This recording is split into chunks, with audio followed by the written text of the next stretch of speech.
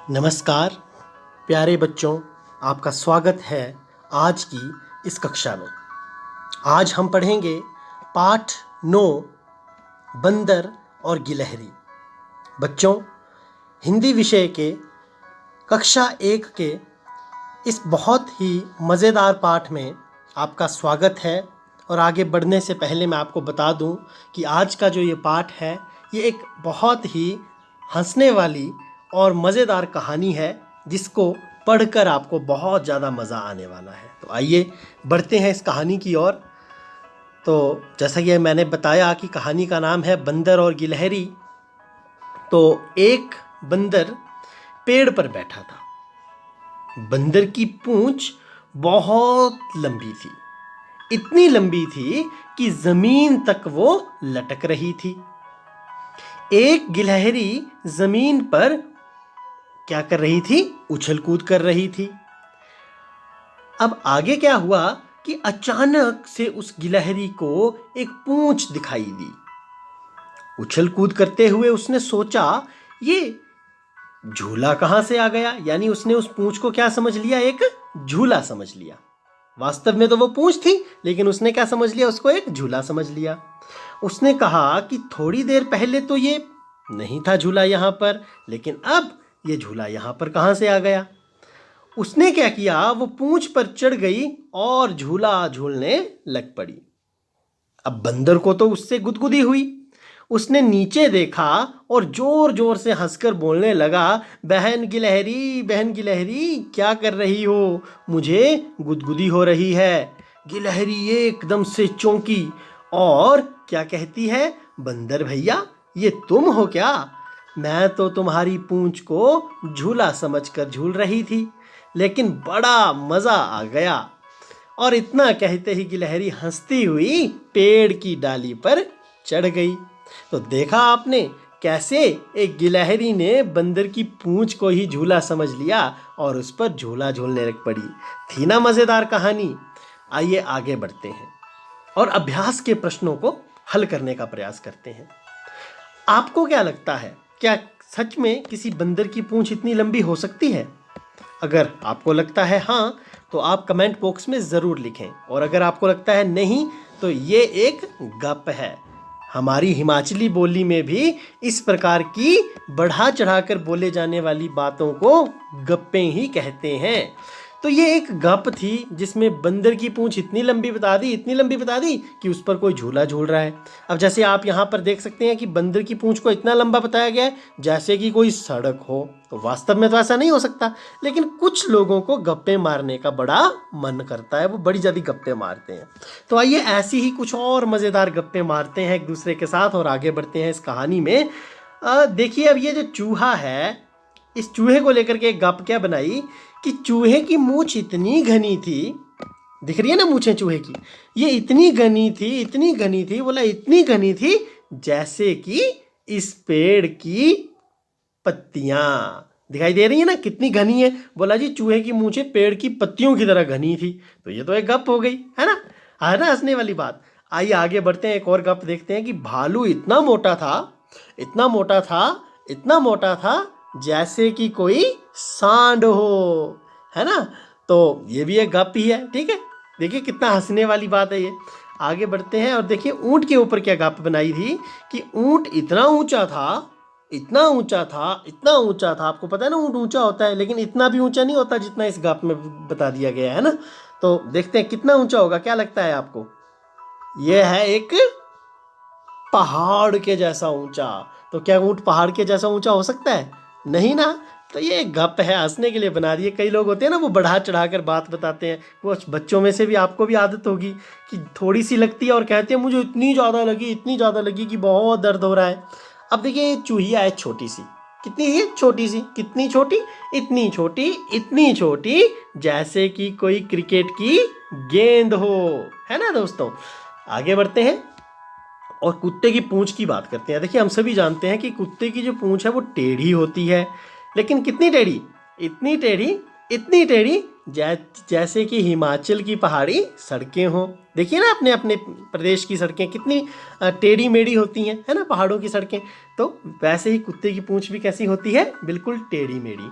और कोयल के बारे में तो कौन नहीं जानता भाई, कोयल तो बहुत सुरीला और मीठा गाती है। तो कोयल की जो बोली है वो इतनी मीठी होती है, इतनी मीठी होती है जैसे कि खजूर, है ना। खाया ना आपने खजूर, कितने मीठे होते हैं, मुंह में डालते ही पूरा मुंह जो है वो मिठास से भर जाता है।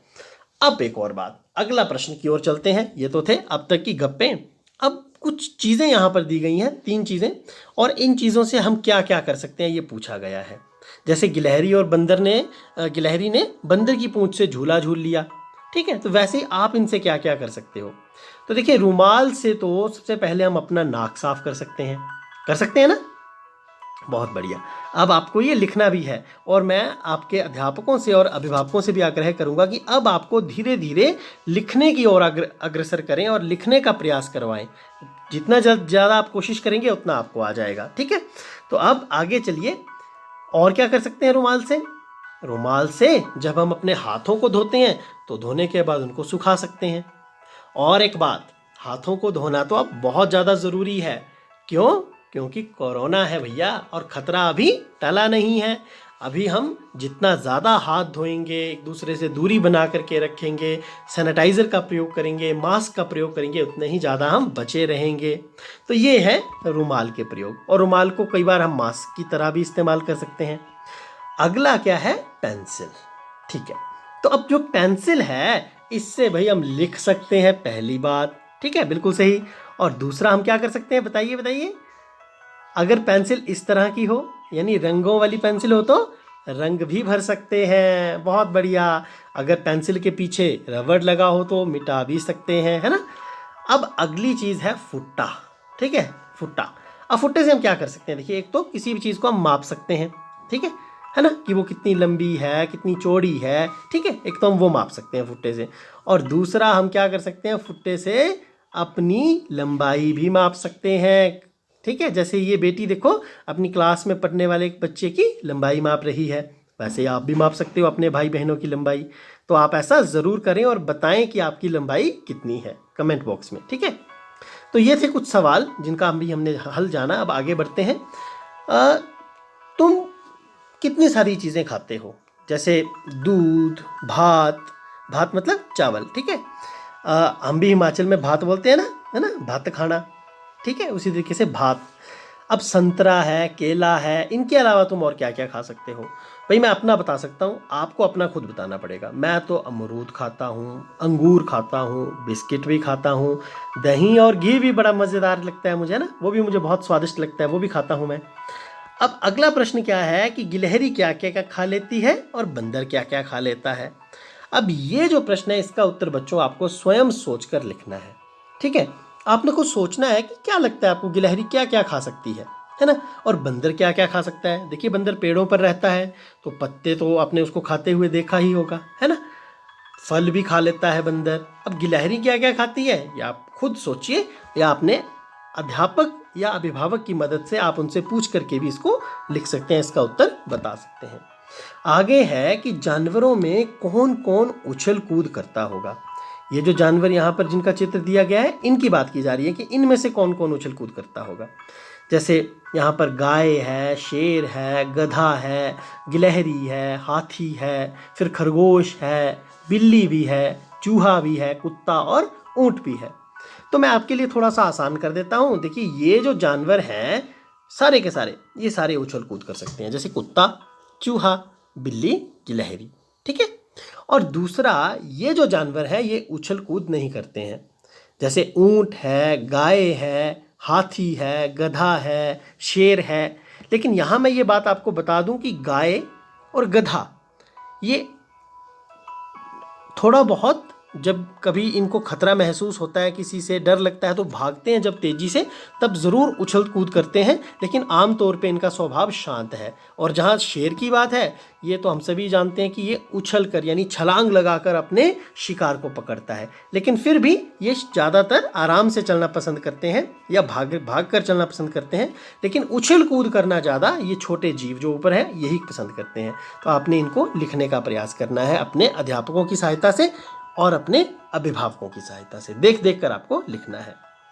इसके बाद अब आपके लिए एक मज़ेदार गतिविधि मैं लेकर आया हूँ, और इस गतिविधि का नाम है ही हा हा हु, यानी ये हंसने से जुड़ी हुई गतिविधि है। तो इस गतिविधि में हम क्या करेंगे?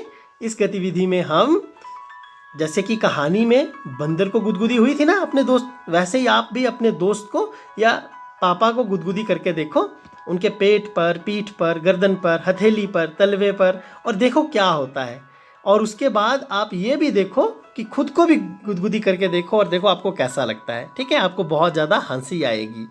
तो इसी के साथ ये गतिविधि भी समाप्त हुई और ये पाठ भी समाप्त हो गया, ख़त्म हो गया। आपको कैसी लगी आज की ये कहानी ज़रूर बताएं। और सभी बच्चे, जो साथ में दूसरी वीडियो आपको दी जाएगी उसको भी आप हिंदी पढ़ना सीखने का अभ्यास करने के लिए प्रयोग करें, उसको भी आप देखें ताकि आप हिंदी पढ़ना सीख सकें। इसी के साथ आपका बहुत बहुत धन्यवाद। जय हिंद।